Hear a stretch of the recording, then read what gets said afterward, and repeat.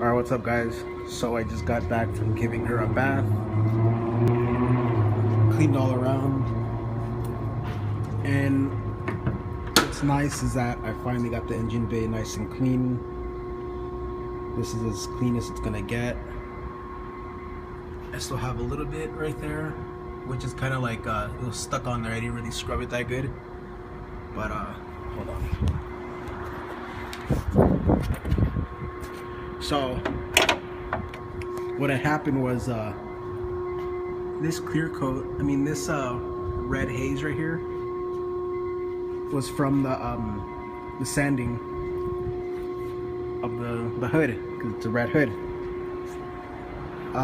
Before I took it over there, I forgot to clean all of this. So what they did was they sprayed over the red dust. So now this red right here, it does not come off. So I either live with it, or I could reshoot this side, or just reshoot the whole thing. What I'm gonna do with that epoxy paint is I'm gonna respray like this channel right here for the fenders, and I'm gonna respray this one because you can see it's green off of my old car, and I had already taken off the cowling, and I'm gonna respray that. And the stuff that I got,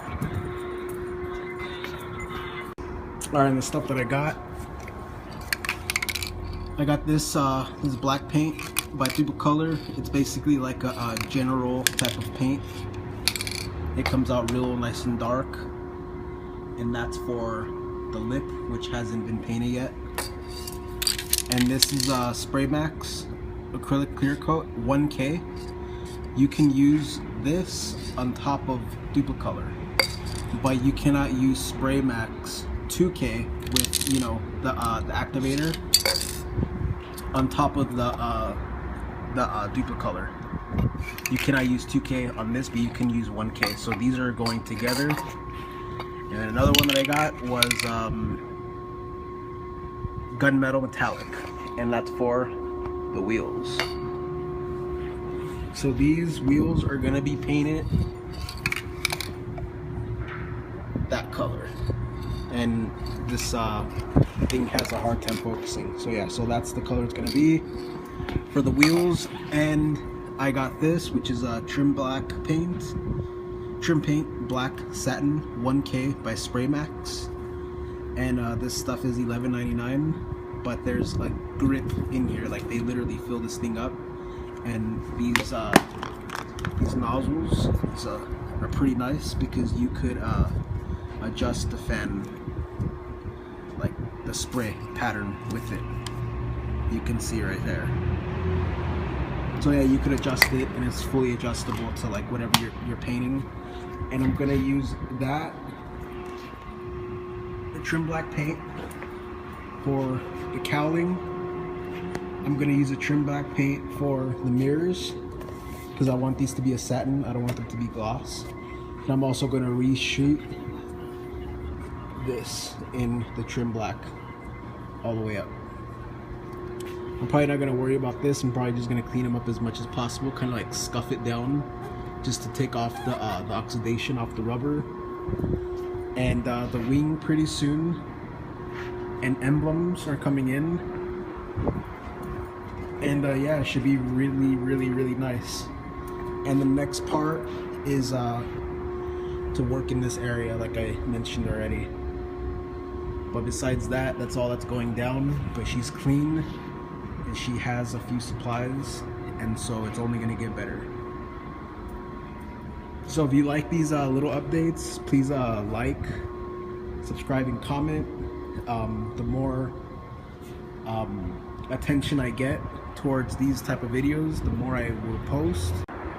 Oh, and also I forgot to mention, you can see by the way the car is sitting, the back is sagging and the front is skyrocket 4x4 status.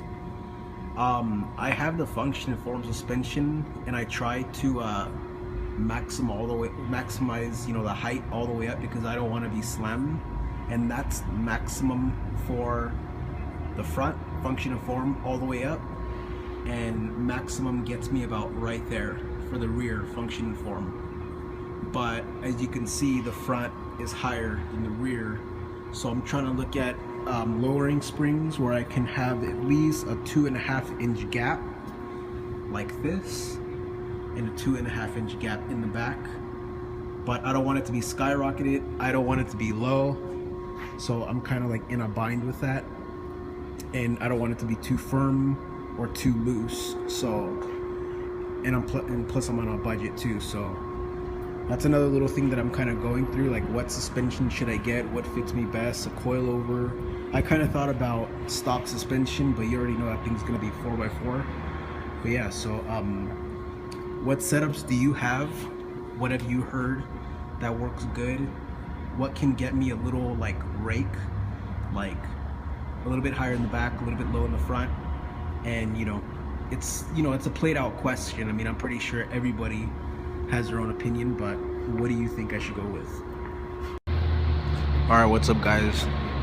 That last video you just seen right now, that was like from yesterday, and this is kind of like some spontaneous painting I want to do, and I'm gonna paint this channel right here for the fender.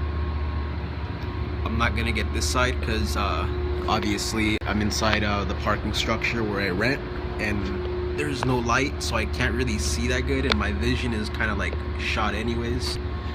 But I can do this, and this is kind of like random. I gotta peel off the rest of that VIN number because I just don't want to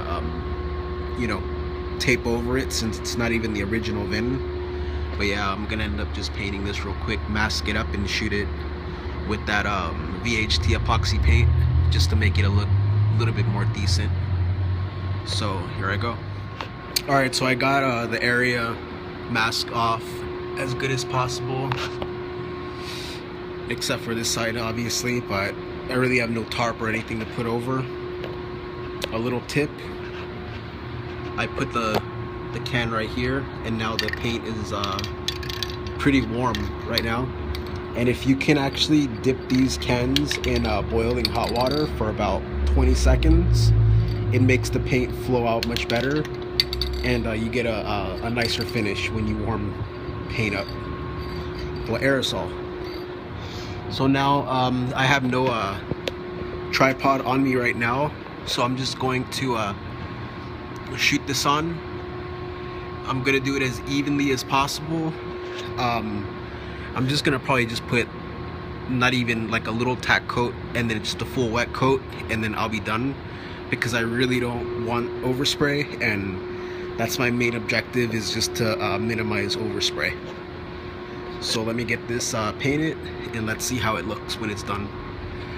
Oh, and also you can see right there I got the VIN sticker off, and I burned through the primer, so hopefully I don't get no reaction using the aerosol and that primer right there. So we'll just see. If there's a reaction, I could always do it again or just live with it. We'll see. Alright, so first coat is on. I laid it on pretty dry at about 12 inches away, just so it could get some good adhesion. And yeah, better yet, I think next one I'm just gonna do light coats after light coats, because it's shooting out kind of like a little bit not as thick as I wanted to, so I'm gonna end up just adding coat after coat. We'll see. Probably just do it on camera.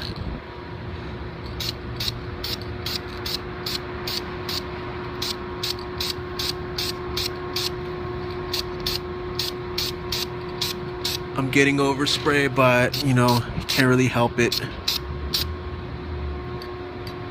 Okay, I'm probably gonna do one more of those and call it quits. We'll see.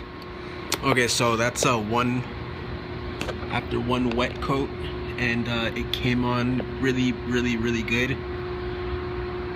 Pretty happy with the way it looks. Now the only thing I have to worry about now is just when I take off the masking tape, I don't peel off the freaking tape, the paint that just got sprayed on.